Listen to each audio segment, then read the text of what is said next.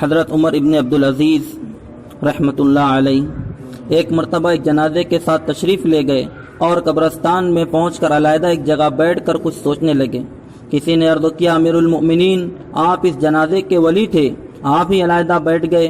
فرمایا، ہاں، مجھے ایک قبر نے آواز دے دی اور مجھ سے یوں کہا کہ اے عمر بن عبدالعزیز، تو مجھ سے یہ نہیں پوچھتا کہ میں ان آنے والوں کے ساتھ کیا کیا کرتی ہوں؟ میں نے کہا، تو ضرور بتا۔ اس نے کہا، ان کے کفن پھاڑ دیتی ہوں، بدن کے ٹکڑے ٹکڑے کر دیتی ہوں، خون سارا چوس لیتی ہوں، گوشت کھا لیتی ہوں، اور بتاؤں کہ آدمی کے جوڑوں کے ساتھ کیا کرتی ہوں؟ مونڈوں کو باہوں سے جدا کر دیتی ہوں، اور باہوں کو پونچوں سے جدا کر دیتی ہوں، اور سرینوں کو بدن سے جدا کر دیتی ہوں، اور سرینوں کو رانوں سے جدا کر دیتی ہوں، اور رانوں کو گھٹنوں سے، اور گھٹنوں کو پنڈلیوں سے، اور پنڈلیوں کو پاؤں سے جدا جدا کر دیتی ہوں۔ اور یہ فرما کر عمر بن عبدالعزیز رحمت اللہ علیہ رونے لگے اور فرمایا کہ دنیا کا قیام بہت ہی تھوڑا ہے، اس کا دھوکہ بہت زیادہ ہے، اس میں جو عزیز ہے وہ آخرت میں ذلیل ہے، اس میں جو دولت والا ہے وہ آخرت میں فقیر ہے، اس کا جوان بہت جلد بوڑھا ہو جائے گا، اس کا زندہ بہت جلد مر جائے گا، اس کا تمہاری طرف متوجہ ہونا تم کو دھوکے میں نہ ڈال دے، حالانکہ تم دیکھ رہے ہو یہ کتنی جلدی منہ پھیر لیتی ہے، اور بے وقوف ہے وہ جو اس کے دھوکے میں پھنس جائے۔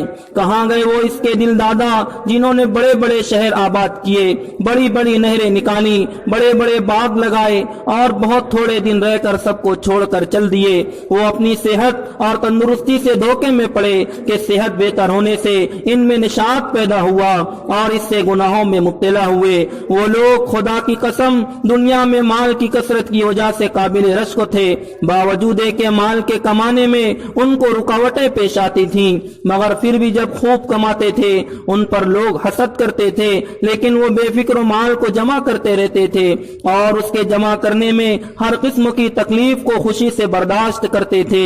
لیکن اب دیکھ لو کہ مٹی نے ان کے بدنوں کا کیا حال کر دیا، خاک نے ان کے بدنوں کا کیا بنا دیا، کیڑوں نے ان کے جوڑوں اور ان کی ہڈیوں کا کیا حال بنایا۔ وہ لوگ دنیا میں اونچی اونچی مسہریوں پر، اونچے اونچے فرش اور نرم نرم گدوں پر نوکروں اور خادموں کے درمیان آرام کرتے تھے، عزیز و قریب رشتے دار اور پڑوسی ہر وقت دلداری کو تیار رہتے تھے۔ لیکن اب کیا ہو رہا ہے؟ آواز دے کر ان سے پوچھ کہ کیا گزر رہی ہے۔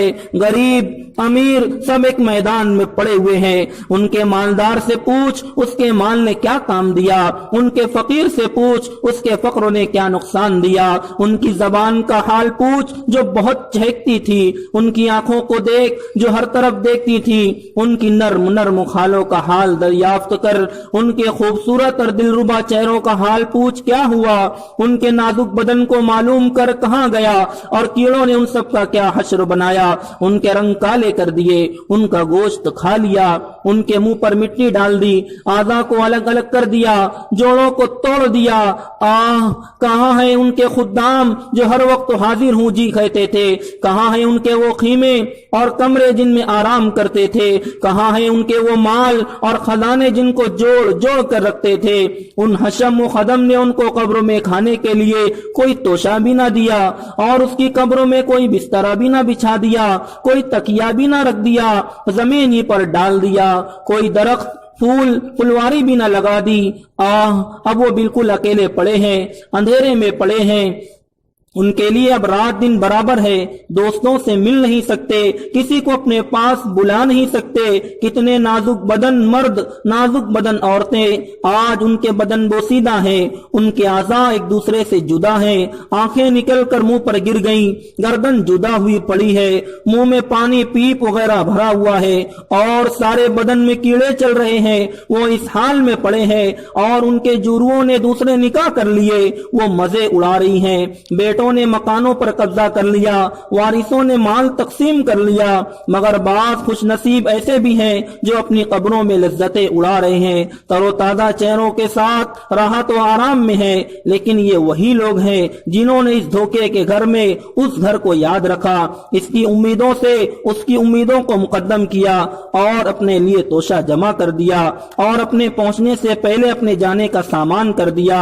اے وہ شخص جو کل کو قبروں میں ضرور جائے جائے گا۔ تجھے اس دنیا کے ساتھ آخر کس چیز نے دھوکے میں ڈال رکھا ہے؟ کیا تجھے یہ امید ہے کہ یہ کمبخت دنیا تیرے ساتھ رہے گی؟ کیا تجھے یہ امید ہے کہ تو اس کوچ کے گھر میں ہمیشہ رہے گا؟ تیرے یہ وسیع مکان، تیرے باغوں کے پکے ہوئے پھل، تیرے نرم بسترے، تیری گرمی سردی کے جوڑے، یہ سب کے سب ایک دم رکھے رہ جائیں گے۔ جب ملک الموت آ کر مسلط ہو جائے گا، کوئی چیز اس کو ہٹا نہ سکے گی۔ پسینوں پر پسینے آنے لگیں گے، پیاس کی شدت بڑھ جائے گی اور جان کنی کی سختی میں کروٹیں بدلتا رہ جائے گا۔ افسوس، صد افسوس، اے وہ شخص جو آج مرتے وقت اپنے بھائی کی آنکھ بند کر رہا ہے، اپنے بیٹے کی آنکھ بند کر رہا ہے، اپنے باپ کی آنکھ بند کر رہا ہے۔ ان میں سے کسی کو نہلا رہا ہے، کسی کو کفن دے رہا ہے، کسی کے جنازے کے ساتھ جا رہا ہے، کسی کو قبر کے گڑے میں ڈال رہا ہے۔ کل کو تجھے بھی یہ سب کچھ پیش آنا ہے۔ اور بھی اس قسم کی باتیں فرمائیں۔ پھر دو شعر پڑے جن کا ترجمہ یہ ہے کہ آدمی ایسی چیز کے ساتھ خوش ہوتا ہے جو عنقریب فنا ہونے والی ہے، اور لمبی لمبی آرزوؤں اور دنیا کی امیدوں میں مشغول رہتا ہے۔ ارے بے وقوف، خواب کی لذتوں سے دھوکے میں نہیں پڑا کرتے۔ تیرا دن سارا غفلت میں گزرتا ہے، تیری رات سونے میں گزرتی ہے، اور موت تیرے اوپر سوار ہے۔ آج تو وہ کام کر رہا ہے، کل کو ان پر رنج کرے گا۔ دنیا میں چوپائے اسی طرح زندگی گزارتے ہیں جس طرح تو گزار رہا ہے۔ کہتے ہیں اس واقعے کے بعد ایک ہفتہ بھی نہ گزرا تھا کہ حضرت عمر بن عبدالعزیز رحمۃ اللہ علیہ کا وصال ہو گیا، رضی اللہ عنہ وارضاہ۔